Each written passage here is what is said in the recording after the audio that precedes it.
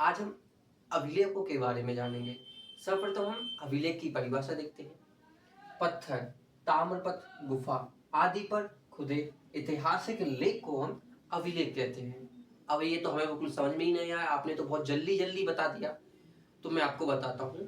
प्राचीन समय में जो राजा महाराजा होते थे, जो किसी से युद्ध जीतकर अपने राज्य में आते थे या कोई धार्मिक कार्य या दान पुण्य करते थे, तो वो जनता को कैसे बताते? हम देखते हैं कि ढोल नगाड़े के बताते हैं, ओ सुनो सुनो राजा ने वो जीत लिया। तो ये कब तक याद रहता जनता को? 1 साल तक, 2 साल तक। राजा उस समय के बहुत परेशान हो गए कि यार क्या करें।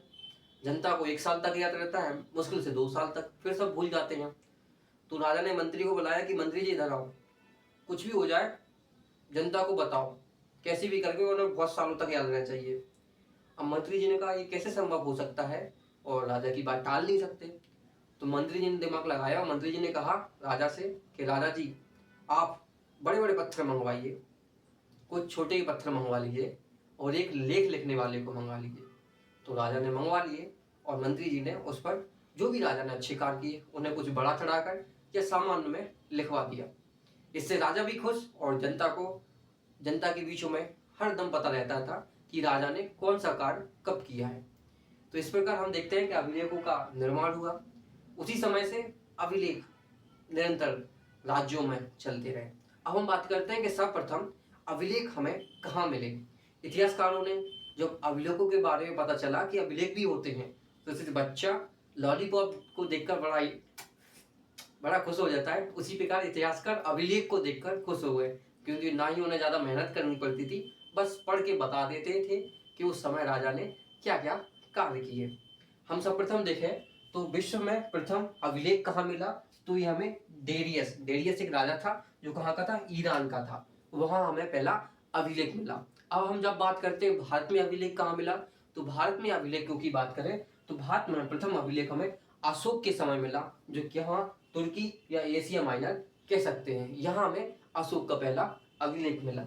अब अभिलेखों का अध्ययन क्या कहलाता है? जब इतिहासकार अभिलेख का अध्ययन करते हैं तो उसको क्या कहते हैं? तो अभिलेखों के अध्ययन को हम एपिग्राफी क्या कहते हैं। चलिए अब अभिलेखों के परिवार से मिलते हैं, मतलब उसके कुछ प्रकारों को देखते हैं।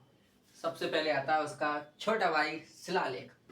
शिलालेख में क्या होता है कि छोटे छोटे पत्थरों पर लिखा जाता है। हमें सबसे पहले कहाँ मिला?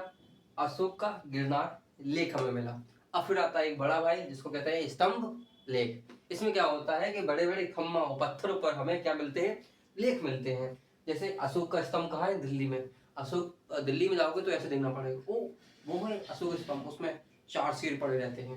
फिर इसके बाद आते हैं गुफा लेख। गुफा लेख यानी बुआ या फूफा गुफा लेख जैसे होते हैं, क्योंकि ये खासतौर पर गुफा में लिखे जाते हैं। क्योंकि जैसे बुआ फूफा होते हैं वो भी लिखा जाते हैं, तो कहाँ चले जाते हैं? गुफा में चले जाते हैं और कुछ लिख देते हैं कि भाई ये इस कारण से हम नाराज हैं, हमने ये किया और फिर भी हमें नहीं पूजा जा रहा है। तो इसी प्रकार गुफा लेख में गुफा में हमें एलोरा की गुफाएं मिलती हैं, जो कि कहाँ है? नासिक में है। फिर आता है ताम्रलेख।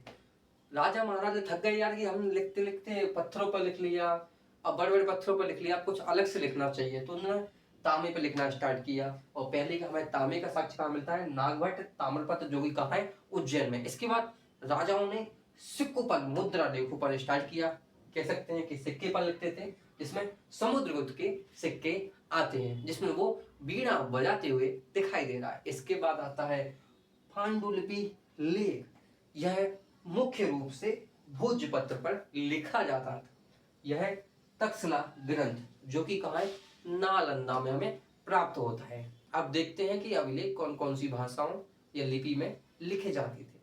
तो प्राकृत, पाली, संस्कृत, तमिल, ब्राह्मी, खरोष्टी, नागरी, तमिल, ब्राह्मी आदि भाषाओं में या लिपि में लिखे जाते हैं।